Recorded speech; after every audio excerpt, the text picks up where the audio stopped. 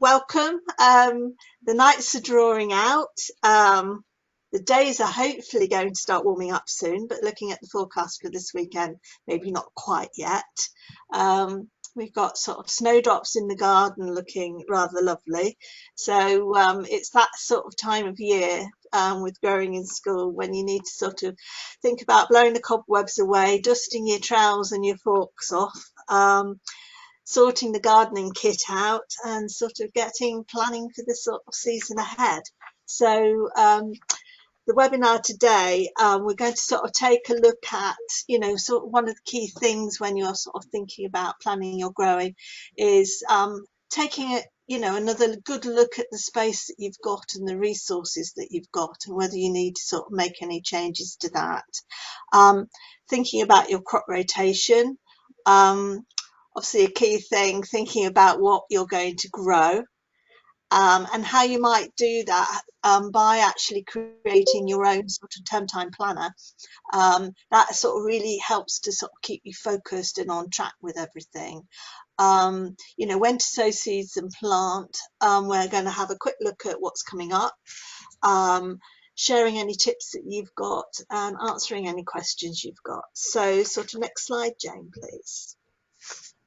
So today is really sort of about hopefully getting you inspired, getting you enthusiastic about the season that's coming up, and ready to go really, so that you feel more confident in leading and enabling not only your pupils but your fellow staff, any volunteers you've got that help you, and parents, and just sort of refreshing your knowledge a little bit about making the best use of your space, your resources, and sort of linking into your curriculum.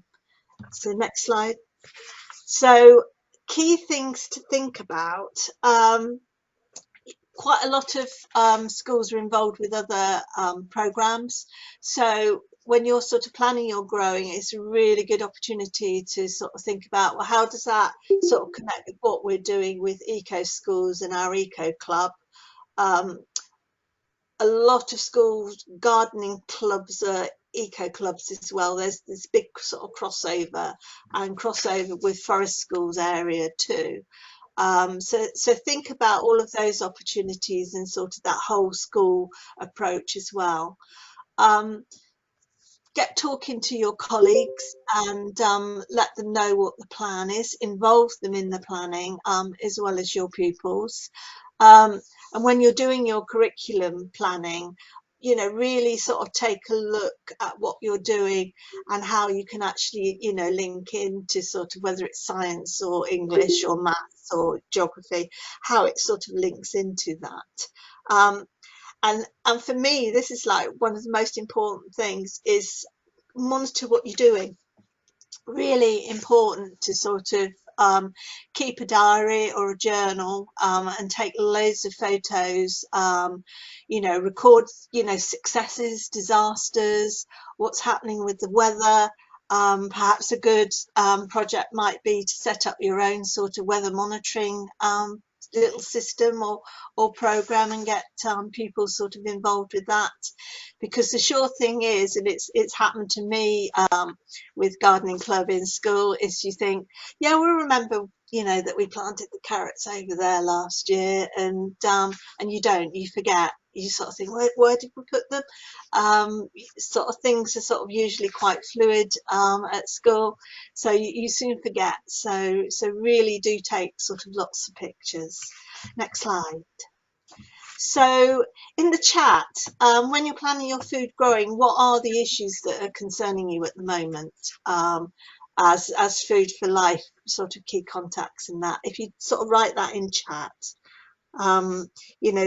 quite common ones tend to be sort of the amount of time that you've got or space that you've got to grow in. So if you type that into chat, and then we can see what's concerning you. Anyone doing that? No? Because I know with some schools, some of the things tend to be, we haven't got many resources. Making sure we sow seeds early enough to plant out. Yeah, that's good. And that's so important. And that's why planning is actually really, really important. That's a good one. Sowing to harvesting. So really sort of understanding, how many weeks, it is actually going to take to get your harvest. Um, Limited gardening areas. Yep. So, and my mantra is, even if you've got a tiny space, you can grow something. You don't have to have a huge area. Researching the plants beforehand, that's a really good idea, to actually really have a good research. How much space are they actually going to take up?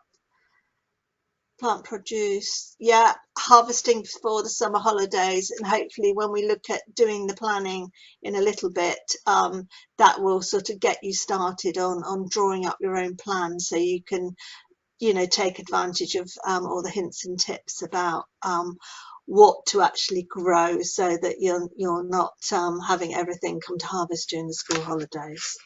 Ready in term, yeah. So brilliant. We'll cover all of those today, so you'll be all right. Right, next slide. Here we go. So the key things to think about, really. So I've done assessing, so having a really good look at your own sort of space and the resources that you've got when you're doing your planning, so that you're organised and sort of ready to go with the growing season. Because once it's on us, everything starts happening very quickly. Planning and crop rotation. Crop rotation is really important for soil health. So that's a key thing, and a lot of people make it overcomplicated. It's just very simple. So we're going to look at that. So hints and tips on deciding what crops to grow and how to create a term time planner. So next slide, please, Jane. Okay, so your areas could look like any of these. You could be very organized with lots of raised beds. You might, go out and you might find that some of your raised beds are rotten or collapsing, a bit like that middle picture there. And that's what's happened to me here. I've got some raised beds that have seen better days. Some of them are about 20 years old, and so a key thing that I've had to plan in here is to actually get new raised beds, or get new surrounds for the raised beds anyway. You might have a very limited sort of growing area. So again, ideas for this area: think about how you might use pallets to grow. So again, minimum cost, vertical growing, or think about square foot gardening, that picture on the right hand side there.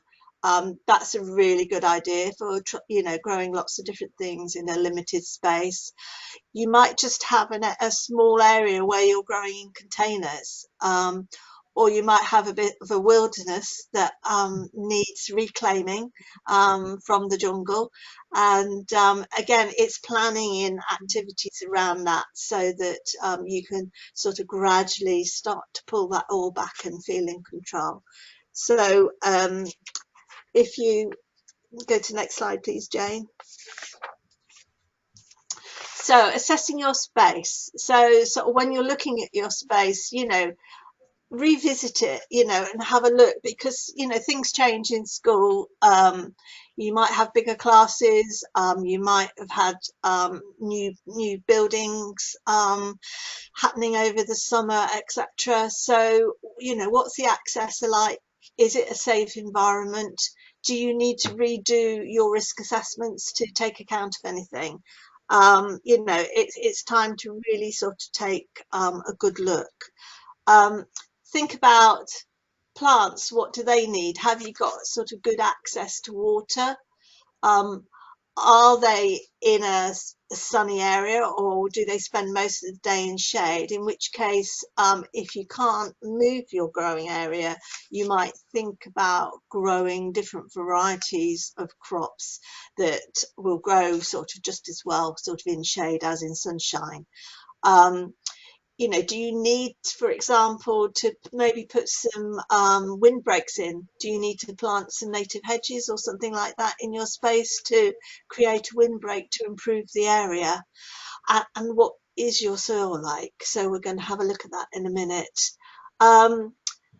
Making time to grow, so making space in the curriculum, or whether you might have gardening clubs happening at lunchtime or after school clubs, you know, thinking about support that you've got, what resources you've got with regard to people, you know, recruiting some volunteers to actually help you rather than trying to shoulder it all yourself, to sort of, you know, share it and get some support.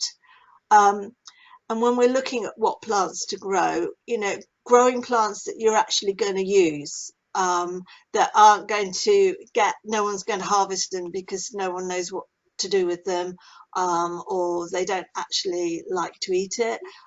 So growing plants that you will sort of eat and cook with.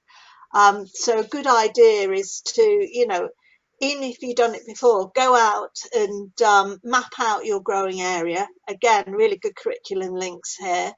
And you can sketch, you know, as you sort of, you know, throw ideas into the pot with pupils and colleagues, you can sort of sketch them onto it and see what might work and what might not work, how much time you've actually got.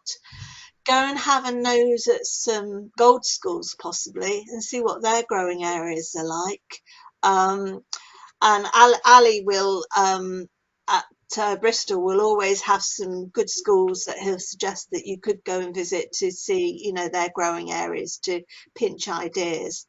Or just go for a walk down your local allotments. Allotments aren't how they traditionally used to be, and you'll see lots of really good ideas, you know, happening on allotments. So go and pinch those ideas, and while you're at it, maybe just sort of say, you know, you're growing in school and have they got any spare plants that you can pinch off them as well. So and they may suggest, you know, that they know people who can come and help and volunteer, or just be a bit of a mentor to you as well. So, and the other key thing when you're looking at your space is to think about your storage.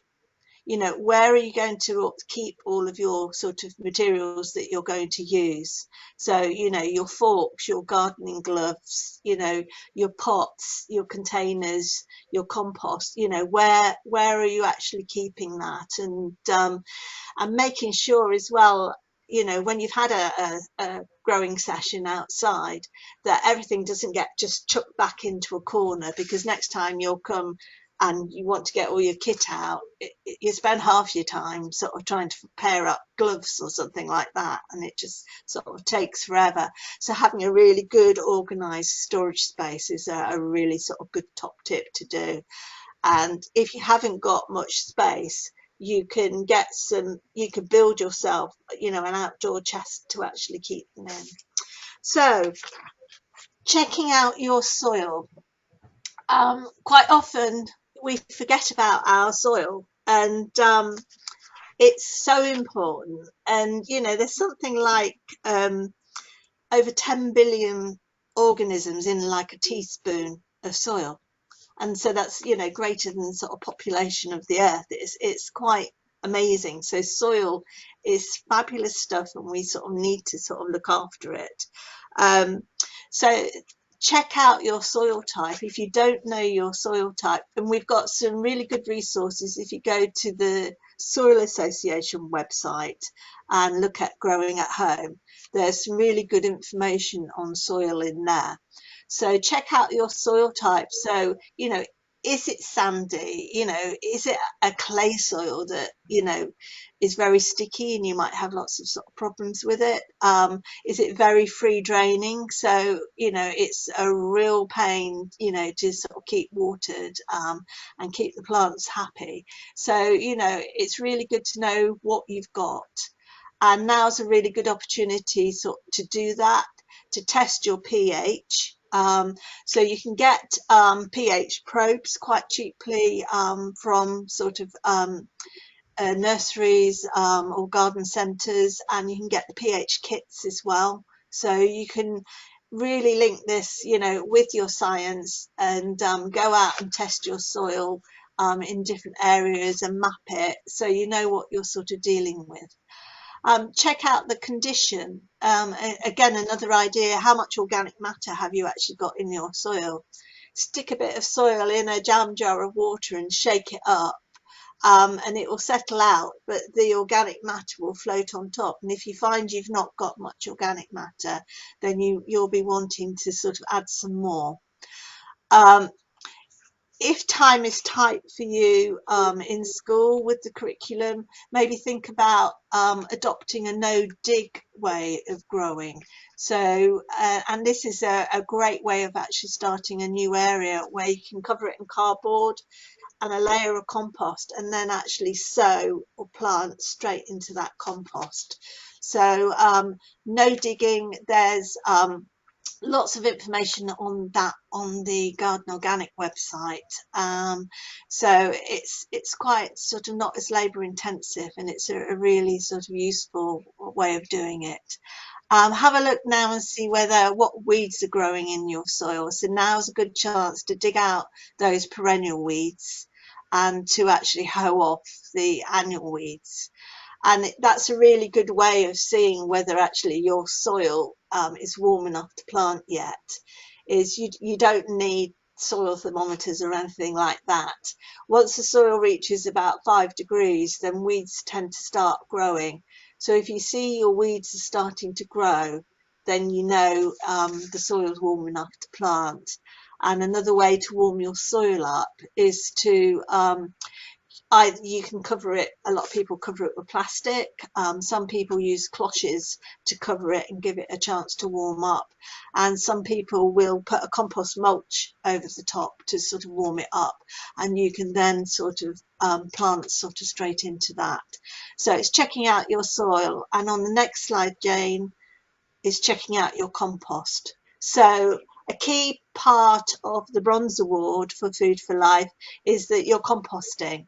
And quite often I visit schools and you're composting, but it needs tweaking here and there. So are you composting? If you're going for your awards, then you should be. Have a look at your area. Does it need refreshing? Do you need some new compost bins? Do you need to build a new compost area? Have a look at that and see, you know, do you want to move your compost area? And try and have your compost areas right next to the sort of growing areas and not, you know, miles away. So, you know, you are able to use it regularly. You know, have you got it labelled up which compost bins you're using? Have you got a collection system in place for things like tea bags and coffee grinds from staff rooms, and to collect the fruit peelings and leftover fruit in school so that you can add that to it? Have a look at your compost and see, you know, do you give it a spring turn, you know, stimulate it. So by sort of turning it and sort of aerating it and getting it sort of going again. Have a look and see, you know, if it's too dry, you might be needing to add some more green material to it. If it's too wet, then you want to add some more carbon to it. So you could maybe raid the shredded paper that's in the office and add that to it, or there's usually lots of cardboard around school, so scrunch up some cardboard and add it to it. If you've got a leaf mold bin, then check that out and see how, or if you've done it in black plastic bin bags, check out how that's actually breaking down and getting on. If you haven't, then maybe it's a good idea to make one now. All you need are 4 posts in the ground and a bit of chicken wire or a bit of netting around it, and then get that ready. So once you do get to sort of the autumn, you can start collecting your leaves and throwing them in there, because leaf molds are a great addition to sort of making up your own potting composts. And then the other thing is, if you've got a worm bin, hopefully you've put them into a more sort of sheltered area with the cold of the winter so that they don't freeze. But just check them out, check they're still in there, they're still alive, and now is probably a good time to make sure you're starting to sort of feed them again, so that you produce some good worm juice and some nice rich compost so you can make your own mixes up. If you are buying in compost, potting compost, make sure you're buying in peat free. And then you could think about making your own mixes. So this is a really good thing to sort of involve pupils. So you'll see here, seed sowing, you don't need a rich compost for seed sowing because the plants have got all of their energy in the seeds, you know, until they've germinated. And it's only then once they've germinated and you're thinking about potting them on that you'd put them into a slightly richer compost. Cutting compost needs to be quite free sort of draining, so that the cuttings aren't going to rot before they get a chance to sort of put on some root and some growth. And then you could make up your own potting compost from your garden compost that you've made, and leaf mold and garden soil. So when I'm talking here about loam or good garden soil, for example, here I tend to use, we have a lot of moles, so I tend to go and they've ready sieved the soil for me, so I just dig off the top of the molehills and use that to make my own mixes up. And then some people worry about pasteurizing soil, because I always say don't bring soil from outdoors indoors if you're using it to pot anything up or sow any seeds in, because it might have different larvae in there or eggs from little flies and things like that, and you don't want those suddenly hatching in the warmth of the classroom and sort of flying around. So if you are going to use garden soil and have it indoors, it's best to sort of pasteurize it first. So next slide. Thinking about using your soil, your space well. So how can you maximize your space, especially if maybe your space is quite limited and you maybe only got one bed that you're growing in, or some containers that you're growing in. So one really good thing is to sort of think about vertical growing. You know, have you got walls or fences that you can grow up against?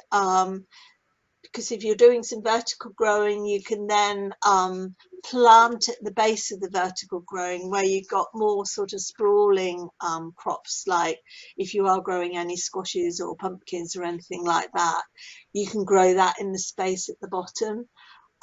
Thinking about growing, sowing quick growing crops like radish between slow growing crops, for example, like some of the brassicas like kale and things like that. You can sow radish in between and you can crop those, you know, before the space has been taken up by the brassicas. Again, you could use some cloches to warm the soil up more quickly and protect some early sowings. So you might like to sort of sow some early salad crops, so you can easily sort of make your own cloches to protect on top and also sort of warm the soil. So that's a good thing to do. And to, you know, sow some fast growing crops. So, you know, lots of salads and some of the herbs are really, really good to sow. So Martin, could you just mute? No, this evening, I'm hoping Martin, to not... can you mute, please? Thanks. So it's really sort of thinking about that space. So next slide, please. You might have some limited space, or you know, and you might want to sort of think, well, how can I sort of expand it a bit? So you might have a bit of a wall that things tend to sort of get dumped against. So something like the picture on the left, you could think about it.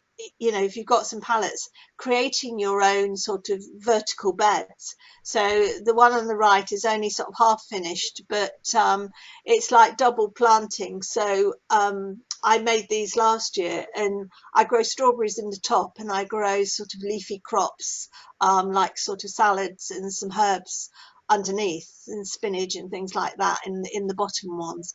And it really gives you sort of maximum sort of growing in a minimum sort of space. You could think about having I call them orchards on the edge. Every school's got sort of lots of boundary fences, boundary walls. So, you know, why not sort of think about creating some raised beds or containers, building your own containers along those boundaries, and maybe sort of planting some fruit. So you could grow some cordon fruit, which is on a single stem. Or you can get all posh and do some espalier fruit trees where you actually train the branches out against the walls in different layers. So you could sort of have a go at doing that. And again, things like blackberries, so you can now get really good thornless blackberries. You can grow those along fences, raspberries along fences, black currants. You know, it's a really good bit of space that often goes unused in schools that you can actually use. So that's just a little idea for sort of increasing your sort of growing space. Again, some schools have used recycling bottles or drinks cartons and fixing those to fences. And I know one school, every child in the school had their own bottle or drinks carton that had something growing in it, and they were responsible for looking after it. So that was just what one school sort of did that I went to, and it looked quite impressive, just millions of bottles on the fencing, and it worked really well. So that's some ideas about that. So now I just wanted to talk about crop rotation. A lot of people go, well, why do we need to do it? You know, is it just something we don't need to think about? But it's something you need to think about for your soil health. And it can be just really, really simple to do, because if the problem is, if you grow the same crops in the same space year on year, you will eventually get a build up of different fungal spores that you don't want in the soil, and different pests and disease in the soil as well. And that also, you might get away with it for a few years, but suddenly it will turn around and bite you, and you'll find you've suddenly got a problem. An example of this is like onion rot. The spores from that will exist in the soil for years and years, and you will never ever be able to grow onions in that space again. It can be sort of really sort of debilitating. So the simple way to do that is just to split your beds up. So even if you're growing like in square foot gardening in a small space, the idea is just that you sort your crops into their families, and you just keep moving them around into a different spot each year. So in sequence. So next slide, Jane.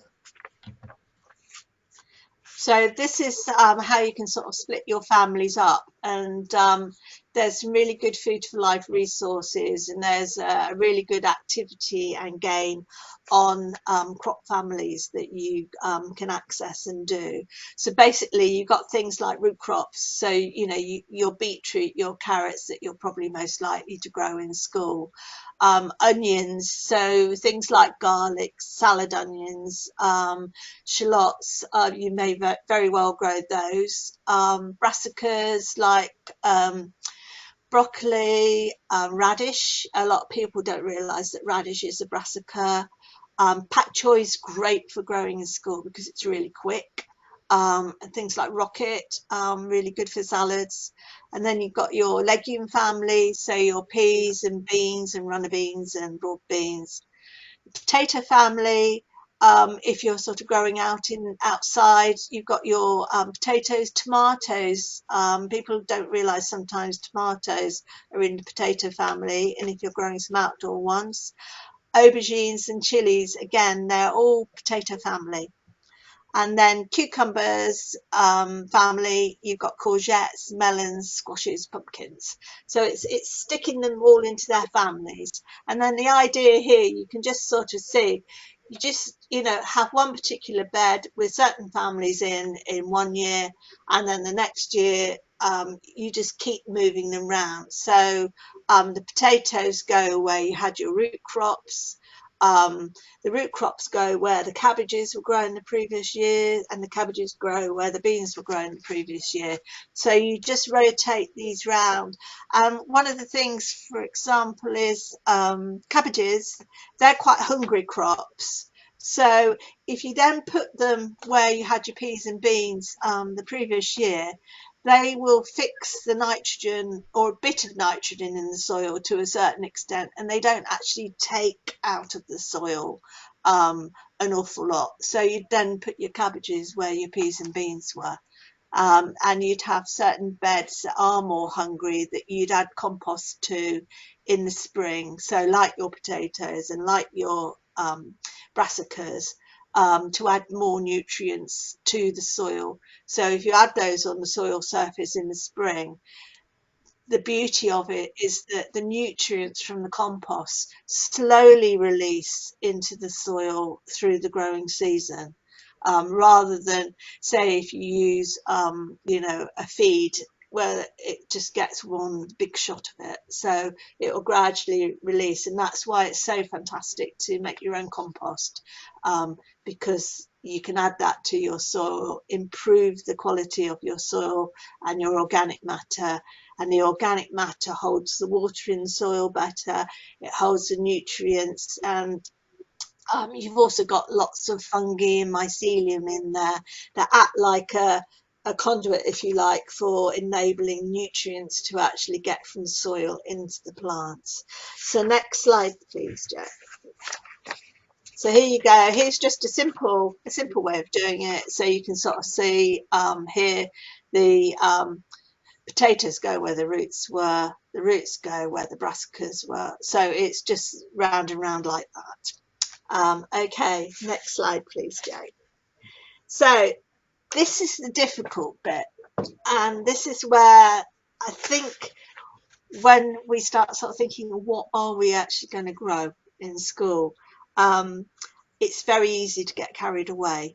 And once you get hold of a gardening catalogue, or you're looking online at different seeds, or you're asking children what would they like to grow, everyone's got their own ideas of what they really like.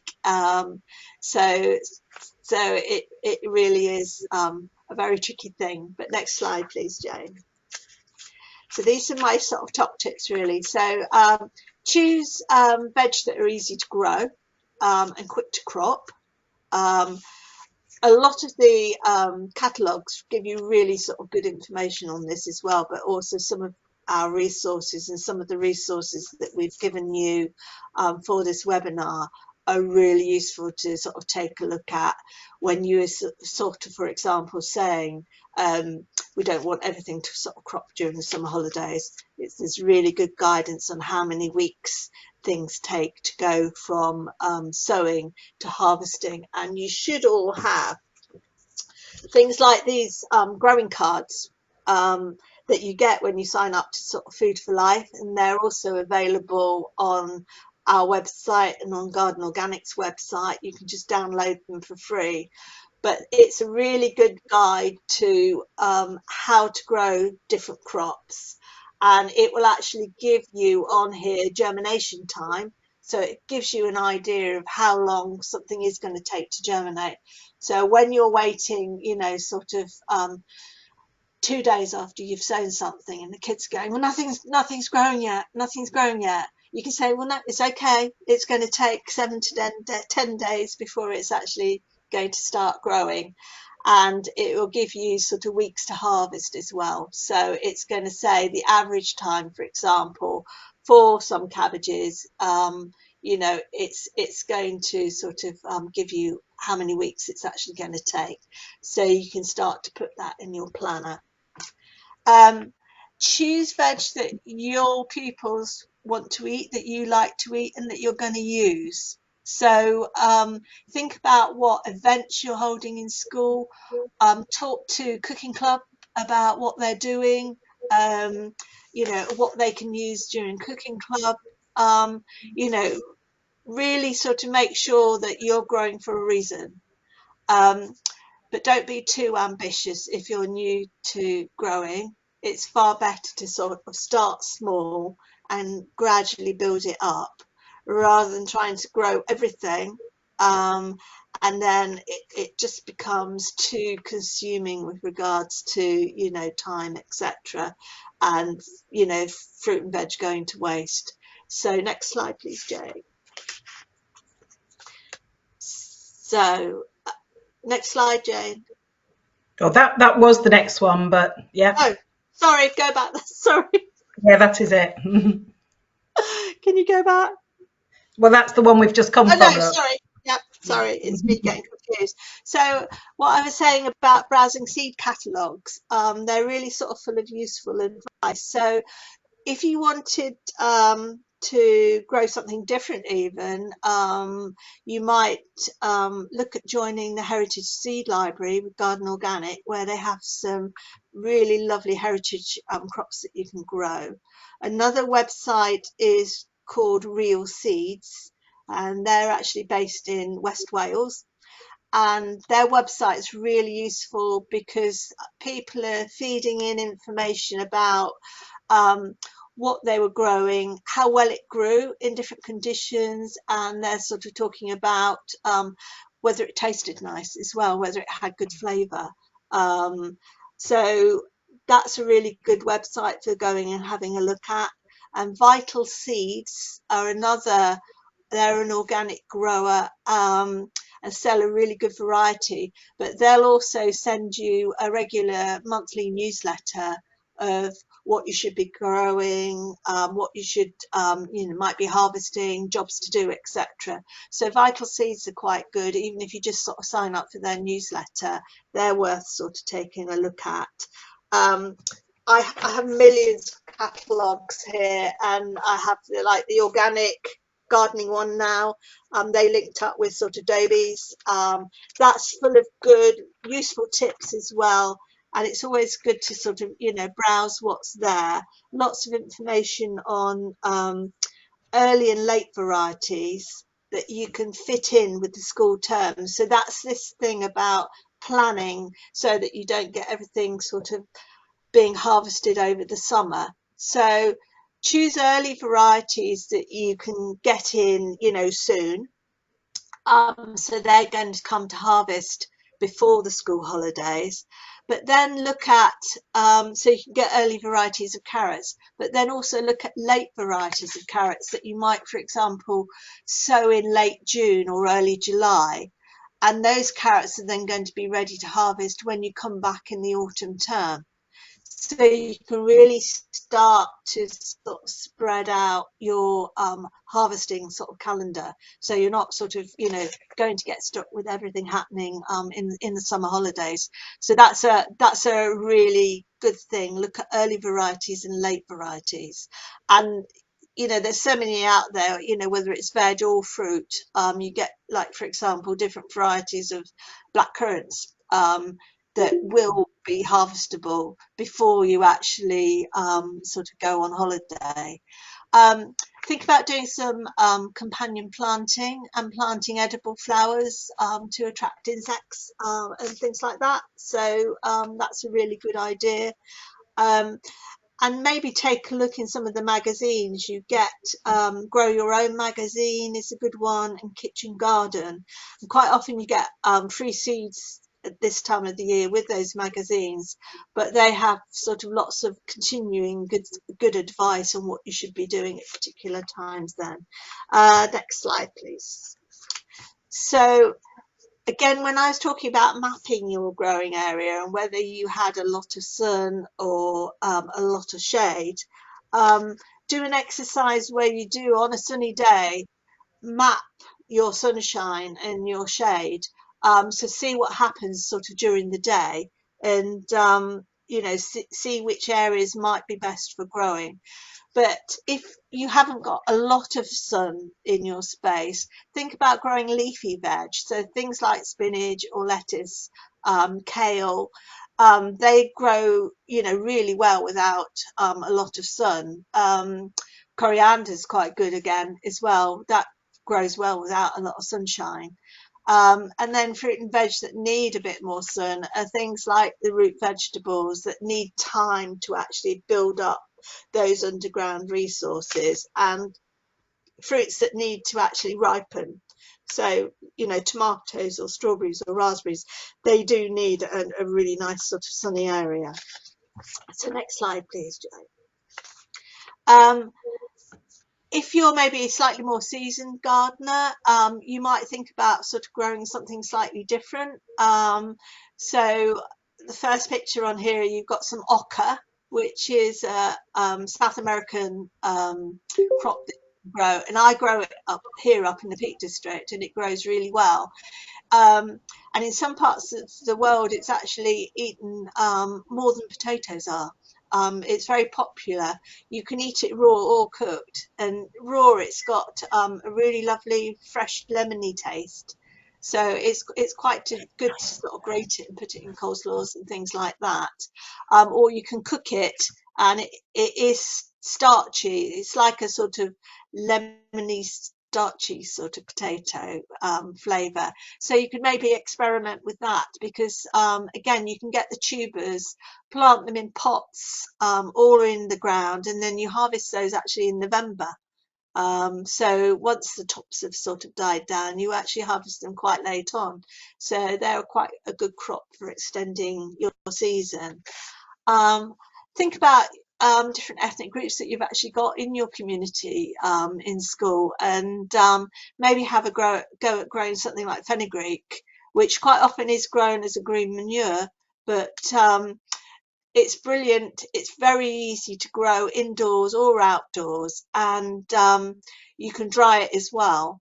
But it's great for using in things like curries and stews. It just gives it another level of flavour altogether. But again, something really easy to grow. You can have a go at growing callaloo, which is like a Caribbean spinach. So what crops are you growing at the moment? It'll be really interesting to sort of see. So can you pop that in the chat?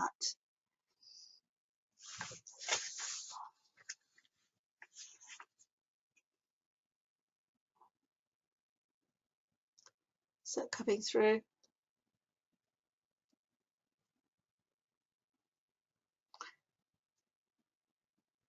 I have to say my sort of polytunnel and my windowsills in the house aren't looking quite like this at the moment.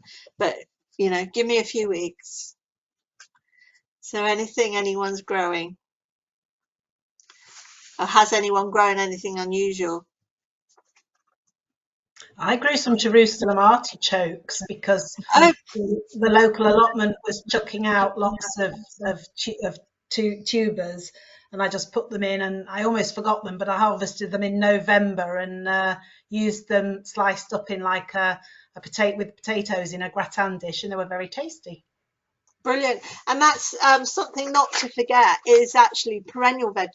So, you know, rather than just thinking about the annual veg that you're sowing, think about perennial veg, like someone said, rhubarb there, and strawberries that you've got continually growing. So a lot of fruit that you can sort of keep on the go.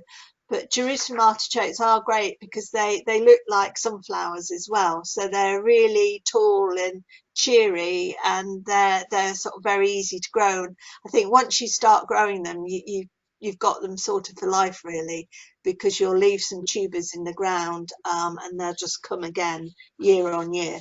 So it's a good thing to sort of think about perennial veg. Oh, someone's had a go at okra. Safra, can you tell us how you got on with your okra?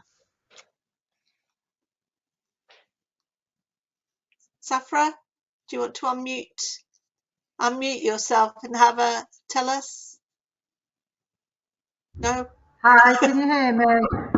Oh yes. How did you Yeah, get on well, with it's a bit your better. okra? We grew from seed quite nicely, and we did get our seedlings. We grew them on the windowsill within the classroom, so it was a really good start with those.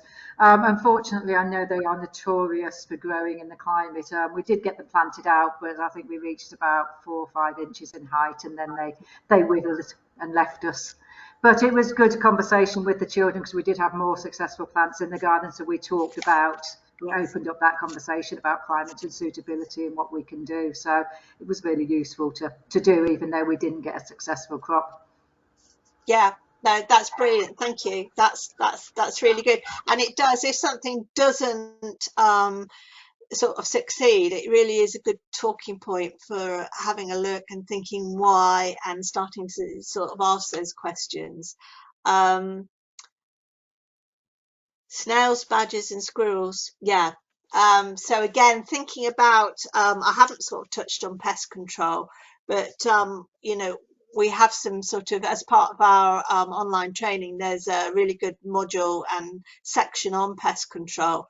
But particularly, I have a big problem with snails here, and the only thing you can do is sort of pick them off and relocate them somewhere else. Squirrels can be a real big problem with actually digging up seeds, and mice as well. And badgers can come in and actually do an awful lot of damage. And I think some people have, when you're first sowing things and first sowing your beds, if there is bare soil and you're in quite a sort of populated area, it's worth covering it with netting so local cats don't get in, or foxes and animals like that, because they can actually sort of cause quite a big problem. So crops to do in school. So these are ones I just put down that are fairly sort of bomb-proof to have a go. Herbs are really great, and you've got perennial herbs that you can take through the winter. So you've got something you can actually harvest all the way through the winter. So things like rosemary and thymes, things like that are really good just to have growing, you know, even if you've got a small space in containers. So, you know, you can continually access them and sort of use them in school cooking. And then you've got the annual herbs like sort of chervils and basils and sort of coriander that sort of grow sort of really quickly in a few weeks, that you can then sort of use and harvest. Fruit's great because it's perennial, you know, so you know it's there and it can be mostly looking after itself and doesn't sort of take a lot of looking after. It's Potatoes can take up a lot of space, but if you grow some in potato bags, they're great to grow for events. And of course, you've got the early potatoes, second earlies, and main crops. So again, you can spread them across the actual growing season. So, you know, if you're planting early, you can get your early potatoes in, and then your main crops, which you won't harvest until sort of the autumn. So they work really well. Leafy crops work great in school. Again, they're very quick, so you can sort of plan those in a sort of really good way. Peas and beans, again, vertical growing. If you're encouraging them to grow up sticks and canes, they don't take up very much space and are doing your soil a lot of good. You've got garlic, again, something that you can plant in the winter, because they like to have a cold spell to put on some really good bulbs. So garlic takes a long time, but again, you can plant it from October right through till the end of February. And you know, it's a great thing to use in cooking. And then a really good way to get a head start with onions is, rather than trying to sow them from seed, is to use the little sets, so the little bulbs of onion that you can get. If you plant them from now, really, you know, you'll get good crops sort of through the year. And you'll have some bulb onions that you can grow. If you plant them in the autumn, you can actually harvest them before the summer holidays. Um, and then ones that maybe if you plant some later on in the spring, they'll be ready to harvest when you actually come back in the autumn. So you can sort of really sort of start controlling sort of when you're actually planting and when you're able to sort of harvest. Beetroot, again, beetroots, carrots, things like that, you don't have to wait till they're huge. You know, you can harvest them when they're sort of quite young as well. So, and again, you can use the leaves again of radish, carrots and beetroot. You can use those leaves to use in salads too. So, and microgreens, again, through the winter as well, if you've sort of got a sunny windowsill, you can grow microgreens, so you're growing something sort of all year round. So and there's growing cards on all of those to sort of really help you get to grips. You might sort of think about if you have got a polytunnel or a greenhouse, some things that you sort of could have a go at growing inside that maybe are a bit more unusual. So we've got okra on here. You really need to sort of grow those under cover, and things like sweet potato you could have a go at. You tend to get them, if you order them, they come as what's called slips. So it's like a cheated potato. You get the stem and a bit of skin, and once you plant them, they'll start putting roots on, but only to be sort of grown inside. And some things you can grow inside that you might grow outside as well, but you get an earlier crop. So things like purple sprouting broccoli, courgettes, radish, you know, you can grow those inside and sort of again extend your sort of growing season with those. So that's sort of an example of what you could sort of grow under cover as well. Next slide. So one of the resources that you've got is it's about creating your own term time harvest plan, and this is really sort of key to actually controlling, you know, when your harvest is, so you don't fall into, you know, the trap of everything sort of harvestable during the school holidays. So the key things here are thinking about the early and late varieties. You might want to start growing some plants off indoors in modules, or in pots that you make, or recycled containers, or you might buy transplants in to get an early start with one particular lot of crops. So, you know, not sowing a whole packet of seeds in one go, thinking about planning it into your planner so that you plan in succession. So you'll be, you know, sowing a few seeds early on, and then in a few weeks a few more, so you get that complete succession of harvesting. Using protection, so you making some cloches and protecting your crops so that they'll grow faster than some of the ones that are outside of the protection. So again, you're extending your actual harvest time.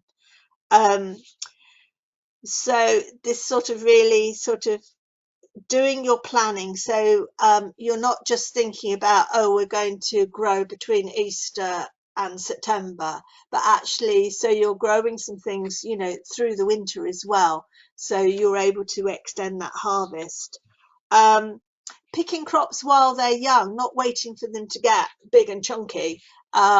You know, when they get older, sometimes if you let them go too far, they can be sort of less palatable and more woody. So if you harvest, you know, small and often, quite often they're more tasty, they're more crunchy, they're just better. And then thinking about doing a monthly job list that you can then split down into weekly job lists, and this is useful if you have got different classes or gardening clubs happening at different times. There's always sort of something for someone to go out and do. So if we can have the next slide, Jane. So you should all have, if you've signed up, you should have school term time garden planner, and this has got when to sow, when to plant, when to harvest on, and it's split it up through the school terms. But there's lots of different versions of this out there on different websites. So there's loads of sort of different versions. There's lots of tips on this one. So you can use that to help you start your planning, to design your own planner. So if we can have the next slide, Jane. So this is sort of what I'm talking about getting you to do. So you can draw a big chart up so that you're thinking, you've decided what you fancy growing this year to fit in with various events or clubs or cooking, etc. So put in when you need to sow and plant it, so you can split it up into your months. I've just done this for the first 4 months of the year. So in January you might think about sowing mustard or cress or whatever indoors, and then you might think about in February you might be sort of sowing, you know, broad beans indoors, peas, starting to chip your potatoes. So you're starting to do this planner. So, you know, what I'm suggesting, one of the resources I've given you is Weeks to Harvest. So it's got sort of fairly standard range of things that you might grow in school, and how long it takes from sowing them to harvesting them. And then you've also got your growing cards that give you that information as well. So work out when you want to use it and put that in your planner, and then count back how many weeks so you know when you actually need to sow that. So, and you can sort of have a bit of give and take in between, but that's what you need to do. So if you've got an event in June, you need to sort of say, well, how many weeks, you know, before do we actually need to sow that crop? Count back and put that into your planner. And then again on here, you can put, you know, when you might harvest it and other jobs you might do. So, go on, Jane. Yeah, is that right? That's it. So, for example, here, I just sort of sat down and I thought, right, what can you be doing? You know, what could you need to do in February? So it's still not too late, for example, to, you can have a seed swap event with some other schools or with parents or something like that, so that you can actually get some free seeding. You want to be cleaning all your tools and making sure you've got all the equipment that you need for the season ahead. You might be mulching, putting some compost and mulching your perennial veg. So particularly like with rhubarb, it really likes to have a good mulch at this time of the year, because it takes an awful lot of energy out of the crown once it starts growing. So you might be wanting to mulch that. So I've put all of these jobs in here that you might sort of think about doing now. So, for example, making up some of your own compost mixes, you might want to do that. You might want to be making up your own paper pots and things like that. So making up a stash of those, or having a mushroom container session, where you sort of put out, can we have some mushroom containers to grow things in, or any other recycled container. So you could put out a cry for all of those. So, and then again, you can break that down into sort of weekly lists into your planner. So sort of to sum up, I'm trying to sort of say, lots of practical skills. Don't panic if you haven't got a lot of experience. Learn with the children. It's a really good way to learn. No one's expecting you to sort of be an expert. And a lot of children actually grow at home, and a lot of children have quite a lot of experience. So they're able to sort of share that with their peers and share it with you, and support you. Have a go, like the Safra with the okra. If something doesn't work, then, problem solving, it's critical thinking. Why didn't it? How would we do it differently next time? So, it's a really sort of good way of learning. It's always disappointing when pests come in and you've got all your beautiful seedlings that have grown, and then overnight they disappear because the slugs have been in. Again, it's a learning experience. It's painful, but have a look at pests and diseases, and what measures can you put in place to sort of try and minimize that sort of in the future. Look for volunteers to sort of come and help you. Next slide, Jane. So lots of practical skills, and again, you can do a key skills checklist, and there's some templates in the Food for Life resources that you can use. So, whether it's, making labels, and different, children have different abilities and different skills. Some children are very artistic, some are very sort of practical, some might just be into taking photographs, doing the media side of it, but lots of skills to do. And a lot of our sort of training is based around these skills and sort of, building on those. So next slide, Jay. So one thing, just really think about your curriculum, what topics you're doing, and sort of, building your resources on top of that, so that they really sort of are starting to sort of tie in with what you're doing in school. And on the online growing module that we've got for Food for Life, for the bronze one, there's a whole module 4, and that's just looking at linking growing and the curriculum. So that's got some sort of really good ideas in there about sort of what you can do. But I basically would say that you can deliver the whole curriculum through growing, but that's just me, I'm biased. Next slide, please. So we've got online for access to these resources. So if you go into the portal, there's the Bronze Award resource pack, and part of this, it's the old, what was the old bronze sort of growing manual, and it's been split. If you can go to the next slide, Jane. It's been split into sections. So it's got sections on planning, one on getting growing, and one on looking after your crops. And it's full of little bite-sized pieces that you can download, worksheets you can do, so you can just dip in and out of it as and when you need it, and it just gives you that sort of information that you can sort of utilize as a leader. I don't know what's happened to this slide. It's got a bit weird. So our online training, one of the training courses, it's called Growing for Schools.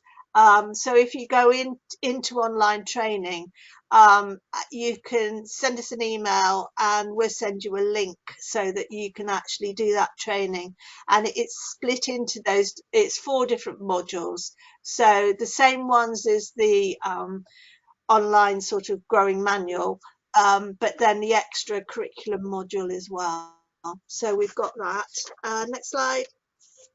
One of the handouts is lots of links to lots of resources. So there's our Food for Life ones and our Get-togethers community project one. RHS have got like loads of fantastic materials, as have Garden Organic and Learning Through Landscapes and Countryside Classroom. You can get Trees for Cities, got loads of really good little skill snippet films you can take a look at. The Branching Out Fund from the Tree Council, where you can get free orchard packs, reopens this summer, so keep an eye out for that. The Woodland Trust free tree packs, some of which are edible hedges, that actually is opening this spring, so that should be opening up again soon. Innocent Drinks have got their Big Grow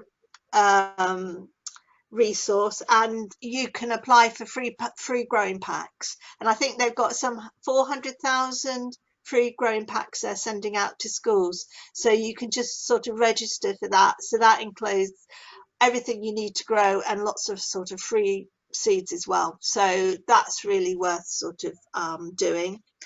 I've mentioned in this Garden Focused here, it's a website. You can put your postcode in and it will identify where you are and when you're likely to get your first frosts and your last frosts, and then it will actually give you a little planning sheet of when you should be sowing different crops. So you can say, we're going to sow peas, potatoes, beetroot, and it will tell you when to plant and when you can harvest. That's related to where you actually are in the country, because obviously, you know, it's a lot different if you're sort of down south as to, you know, or whether you're up in Derbyshire or, you know, sort of further up north as well. So so that's a really useful website. Katie, have you got do you want to mention the edible growing project? Yeah, so here at Food for Life, we really want to support you in using all this inspiration from this fantastic training to really put it into action. And so on that topic, we wanted to ask you to submit some ideas about what you would spend £50 on for an edible growing project. So I'm just going to put a link into the chat now. You can follow the link and it will ask you basically to enter your idea. And we're going to pick 10 ideas and to be in with a chance of winning £50 towards your edible growing based on this inspiration and any other inspiration that you have kind of come across with the resources that you found and the resources that you can find on the portal too, that Liz has mentioned. So yeah, 10 ideas, and we're going to be selecting them and sharing the ideas on the 1st of March. So there's the link. So yeah, thank Brilliant. you. Thank you, Katie. And then just other opportunities coming up. With sort of climate change very much on the agenda, the Soil Association Food for Life are involved with Planet Friendly Schools, which is a European project. So there's a webinar on that on the 8th of March, just to sort of try and inspire you with what sort of climate friendly projects you can get involved with in school. Another one on the 15th of March is having a look at your farm links, particularly, you know, sort of in the times that we're in, it's not been as easy to make those farm links. So just looking at it a little bit more creatively, and sort of one of the things we're sort of encouraging as well is you actually include orchards in that as well, so that there's opportunities to visit, you know, whether it's professional orchards or community orchards as part of your farm link. Next slide, Jane. And then we've also got our get-togethers project, which is our community project. We've got Plant and Share Month coming up, so that's happening after Easter. So from 20th of April for a month, we're encouraging everyone to plant some seeds and to share them with someone. There's lots of different resources again on the Get-togethers website. So if you want to have a look at that, they've got lots of little bite-sized toolkits there that you can sort of dip in and out of. Okay, so thank you very much. So has anyone sort of got any questions or anything they'd sort of like to share? And Jane will mention about evaluation, I think. Yeah. Yes, so there'll be an evaluation at the end of this. So you should be able to, I'm going to stop sharing now. You should be able to access that. Stop sharing. If not, it'll come through to you in an email as a type form link, which you can just click on perhaps tomorrow or something, and say you can do that evaluation. It really helps us if you can do that. Helps us improve, you know, what we can offer you, and also helps us pass on the impact that hopefully we're making through the Food for Life programme. So yeah, I don't know if there are any questions. Sophia, I was going to say, Sophia was asking about the Innocent Big Grow. If you just Google Innocent Big Grow, and it will come up, and there's a link on their website, and you can just click on the link, and they just ask you for your name and your school name, etc., and you can just register, and they'll send you out a pack. So that's a really sort of easy one. But it's definitely worth some of the other free sort of material, like orchards packs and edible hedges and things like that. It's really worth applying for them, and you can start growing your own mini orchard in containers if you want to. You don't have to have a lot of space, so that's the beauty of that. And again, if you've got edible hedges, they're really good for wildlife, but also to use as windbreaks for your area, or if you want to sort of separate your growing area out, you can use that. And again, even if you've got tarmac or concrete, you can still build planters to actually take that hedging material. So it's just about feeling sort of creative. And we really want to hear, what you're doing and how you're getting on. So please blog, and please tell us, how it's all going. So bit of a whistle stop tour today, but hopefully it's got those ideas going, and you can sort of some tips for getting planning and sort of really getting sort of stuck into your growing this year. So yeah. Well, that's great. I'll stop recording now.